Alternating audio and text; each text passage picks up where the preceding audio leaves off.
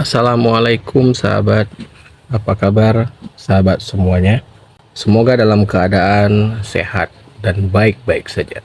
Kali ini kita kembali berjumpa untuk membahas soal ilmu pengetahuan sosial untuk tingkatan SMP ataupun MTS di kelas 8. Melanjutkan soal yang sudah kita bahas pada waktu yang lalu. Kita lanjut di soal nomor 6. Jumlah sumber daya alam ini sangat terbatas dan akan habis jika digunakan secara terus-menerus karena proses pembentukannya membutuhkan waktu hingga jutaan tahun. Contoh sumber daya alam yang cocok dengan pengertian tersebut adalah, jadi dari narasi soal yang nomor 6 ini kita dapat kata kuncinya adalah sumber daya alam yang tidak dapat diperbaharui. Ya sahabat ya, karena di situ ada kata membutuhkan waktu hingga jutaan tahun. Oke, kita lihat opsinya ya. A. Air dan udara.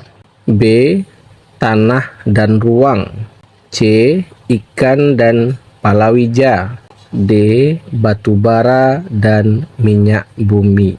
Baik, sahabat semuanya ya, dari keempat opsi ini yang mendekati dan yang pas dengan pengertian di atas adalah, ya betul sahabat ya, yaitu D. Batu bara dan minyak bumi.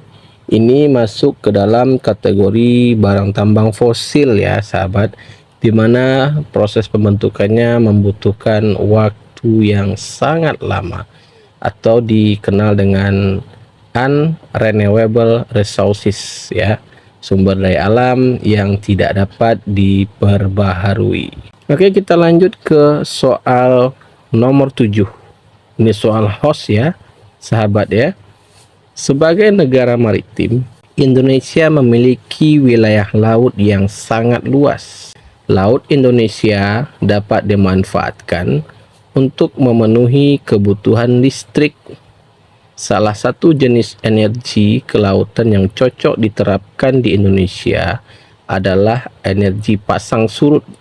Hal tersebut karena A. Biaya untuk membuat energi listrik dengan memanfaatkan pasang surut air laut tidak besar. B.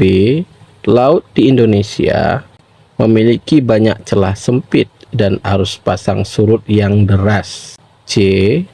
Arus pasang surut sangat bermanfaat bagi kehidupan nelayan yang ada di laut. D. Dalam penggunaannya, energi tersebut sangat ramah lingkungan. Oke, yang ditanya di sini adalah salah satu jenis energi kelautan yang cocok diterapkan di Indonesia, yaitu energi pasang surut. Ditanya alasannya kenapa. Itu kata kunci dari soal nomor 7 ini ya sahabat ya. Kalau untuk dimanfaatkan sebagai kebutuhan listrik atau tenaga energi listrik, maka kita harus tahu dulu listrik itu kan punya turbin ya sahabat ya. Turbin listrik itu digerakkan dengan energi alam. Salah satunya yang kita kenal itu pembangkit listrik tenaga air, di mana air yang mendorong turbinnya. Sekarang fungsinya dialihkan ke air laut ya. Berarti prinsipnya sama ya sahabat ya. Berarti dibutuhkan tenaga dorongan yang kuat untuk membuat turbin listrik ini bergerak dan menghasilkan energi listrik. Jadi jawaban nomor 7 ini secara penjelasan yang tadi itu adalah di B ya. Karena laut di Indonesia ini memiliki banyak celah sempit dan arus pasang surut yang deras. Nah, itu yang membuat kekayaan maritim di Indonesia ini mampu untuk memenuhi kebutuhan listrik juga ya sahabat ya. Berarti nomor 7 kita kunci jawabannya yaitu B. Baik sahabat, kita masuk ke soal nomor 8.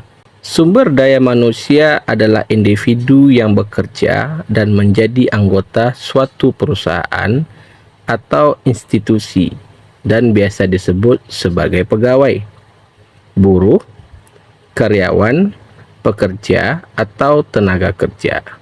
Pernyataan tersebut adalah pengertian sumber daya manusia secara A. subjektif, B. objektif, C. makro, D. mikro. Jadi istilah yang disebutkan di sini sebenarnya sahabat ya hanya ada istilah makro dan mikro ya yang terdapat pada pengertian dari sumber daya manusia ya. Jadi kalau yang ditanyakan ini adalah sebagai tenaga kerja, itu intinya. Kalau sebagai tenaga kerja ini hal yang paling minim yang bisa dimanfaatkan dari sumber daya manusia ini ya sahabat ya. Jawaban untuk nomor 8 ini adalah D, mikro ya sahabat ya. Sekarang kita lanjut ke soal nomor 9. Perhatikan grafik berikut. Jadi untuk menjawab soal nomor 9 ini, maka sahabat diperlukan untuk memahami grafik dari pada tabel di atas ya sahabat. Apabila tidak bisa melihatnya, bisa lihat di buku langsung ya sahabat ya, agar mampu membaca tabel tersebut. Di sini kita bisa perhatikan bahwa gambar memperlihatkan indikator harapan lama sekolah atau HLS. Di sini bisa kita perhatikan pada diagram batangnya itu HLS itu disimbolkan dengan warna yang lebih mencolok ya. Kita sebut saja ini warna yang lebih terang ya sahabat, karena kita tidak tahu ini warna merah atau warna hitam. Intinya kita simbolkan HLS sebagai warna yang lebih terang. Kemudian penduduk usia 7 tahun dan rata-rata lama sekolah LS, berarti pada diagram ditunjukkan dengan warna yang lebih pudar ya sahabat ya. Penduduk usia 25 tahun ke atas selama periode 2010 hingga 2021. Simpul yang tepat terkait indikator tersebut adalah, jadi yang ditanya kesimpulan dari diagramnya ini atau grafik yang ada di gambar nomor 9 ini. A.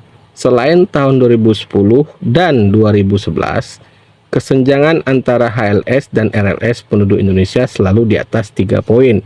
Kita cek sahabat ya, apakah benar hanya 3 poin? Kita lihat di 2010 HLS-nya itu 11,29. Kemudian RLS-nya 7,46. Kita lihat aja angka di depannya. Kalau dibuat 10 berarti 3. Dia lebih dari 3 poin ya sahabat. Berarti jawaban A itu mental alias tidak cocok dengan diagramnya. Kemudian kita lihat di option B. Rata-rata HLS dan RLS penduduk Indonesia meningkat dari tahun ke tahun. Benar ya. Namun ada pernyataan kecuali pada tahun 2013. Kita cek di tahun 2013 apakah tidak meningkat di 2013. 2013 berarti perbandingannya itu di 2012. 2012 itu HLS-nya 11,68. Kemudian RLS-nya itu 7,59. Itu 2012. Kita lihat di 2013. HLS-nya 12,10. Berarti naik ya sahabat ya. Kemudian RLS-nya itu di 7,61. Berarti jawaban B ini juga tidak cocok ya sahabat. Kita lanjut ke yang C. Kesenjangan antara HLS dan RLS penduduk Indonesia selama periode 2010 sampai 2021 selalu di bawah 3 poin. Ini juga mirip dengan A ya. 3 poin katanya, padahal lebih ya sahabat ya. Oke, yang C juga kurang cocok. Kita lanjut ke opsi terakhir. HLS dan RLS penduduk Indonesia meningkat dari tahun ke tahun dengan peningkatan paling besar pada tahun 2020 dan 2021. Pernyataannya sudah cocok sahabat, meningkat ya. Tinggal pernyataan terakhir yaitu yang paling besar katanya 2020 dan 2021. Kalau kita lihat dari angkanya memang peningkatannya di 2020 dan 2021 memang lebih mencolok ya sahabat. Maka jawaban yang pas di sini adalah D. Mari kita lanjutkan ke soal nomor 10 ya sahabat. Berikut ini yang bukan karakter sumber daya manusia yang berkualitas dan berdaya saing adalah A. Cerdas, B. Adaptif, C. Pesimis, D. Inovatif. Di sini yang ditanya yang bukannya sahabat ya. Maka dari 4 opsi ini kita cari yang sifatnya yang negatif. Cerdas, cerdas itu tentunya positif ya. Orang cerdas tentu karakternya bagus. Kemudian adaptif, adaptif ini bahasa sederhananya adalah mampu beradaptasi dengan lingkungannya ya, menyesuaikan diri lah istilahnya ya, gaul dia.